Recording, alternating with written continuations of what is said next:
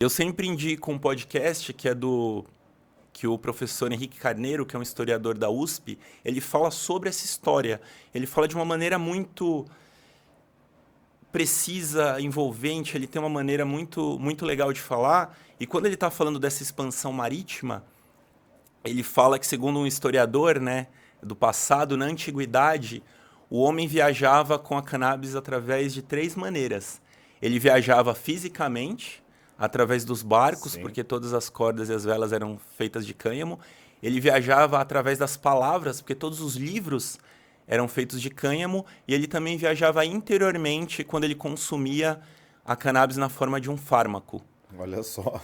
Então é uma visão, assim, né? Uma É que o uma pessoal acha interpretação que é muito só para um interessante. fim, só um negócio, né? É. E mil e últimas utilidades, né?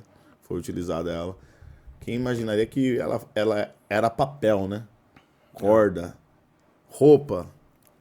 Incrível, incrível. A Declaração de Independência dos Estados Unidos foi assinada num papel de cânhamo, como a maioria dos papéis.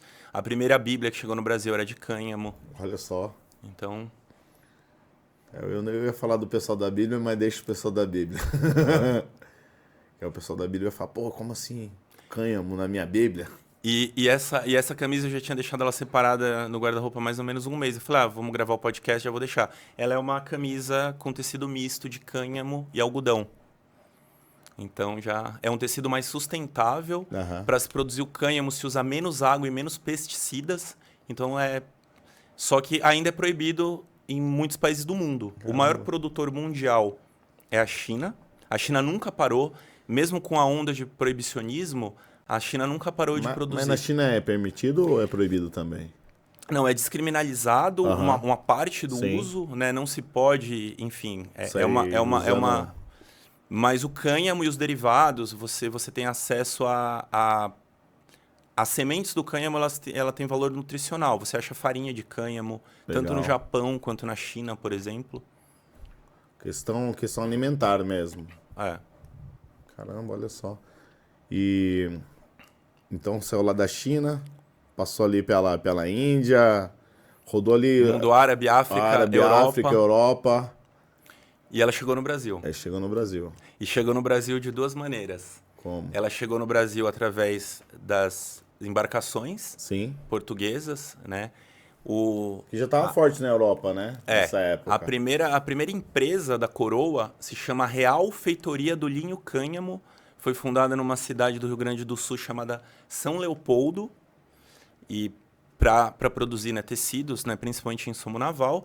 E também chegou através dos negros trazidos da África. Né? Então eram sementes diferentes. Né? O que era plantado pelos portugueses era o cânhamo para uso têxtil e outros usos, e as plantas trazidas da África, elas tinham outras características, né, com maior concentração de THC, e esse uso, ele foi feito pela população negra, e foi assim que o proibicionismo começou. Então, antes de ser proibida no mundo inteiro, em 1830, no Brasil, apenas no estado do Rio de Janeiro, foi criada uma lei chamada Lei do Pito do Pango, que criminalizava, né, esse uso da maconha pelos escravos. O escravo que fosse pego com maconha, ele era preso e açoitado, e o branco que vendesse essa planta para o negro tinha que pagar uma multa. Então, isso aconteceu em 1830. Depois disso, começou a ocorrer uma onda proibicionista que começou nos Estados Unidos. Tinha uma relação com uso que era culturalmente associado lá nos Estados Unidos a negros e mexicanos. E o movimento do jazz em 1930 trouxe isso como algo público, né, que era comum consumir essa planta nos festivais e tal. E ocorreu essa onda proibicionista.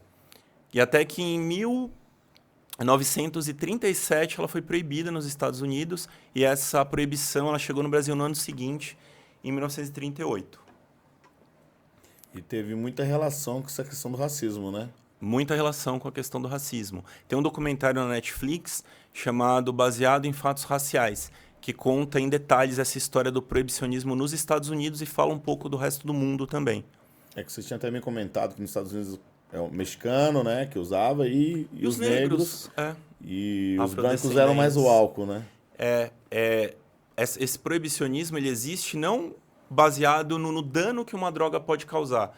Os Estados Unidos tentou proibir o álcool na década de 20. E como era um item de valor comercial muito alto, a economia acabou cedendo e depois a estratégia, né, dos Estados Unidos foi proibir a maconha.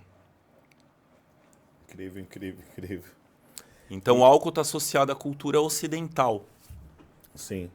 E lá na antiguidade, lá voltando um pouco lá atrás, lá, os chineses, né, eles usavam mais medicinal, mas em que fins assim medicinais? Tem algum relato assim do que? Cara, o relato desse imperador do Shenneng usava para dores articulares, para insônia, já tinha relatos para espasticidade, tremores e outras condições, mas sabia do uso anti-inflamatório. Foi a primeira descoberta na China que tinha propriedades anti-inflamatórias. E o negócio vindo, mesmo lá de trás vindo, ainda foi muito ignorado por anos, né? Muito ignorado. Mas esse uso medicinal, era o uso fumado? Era algum óleo que eles faziam? Tem algum relato assim que fala o jeito que eles utilizavam ela? Olha, na China, a extração, né, pela farmacopeia chinesa já tinha já existia essa técnica de fazer tinturas de plantas. Então, era uma das maneiras mais antigas de se consumir, era através desse extrato. Era um extrato feito das flores da cannabis. Acaba sendo semelhante ao que a gente usa hoje no óleo, lá, as gotinhas que a gente usa.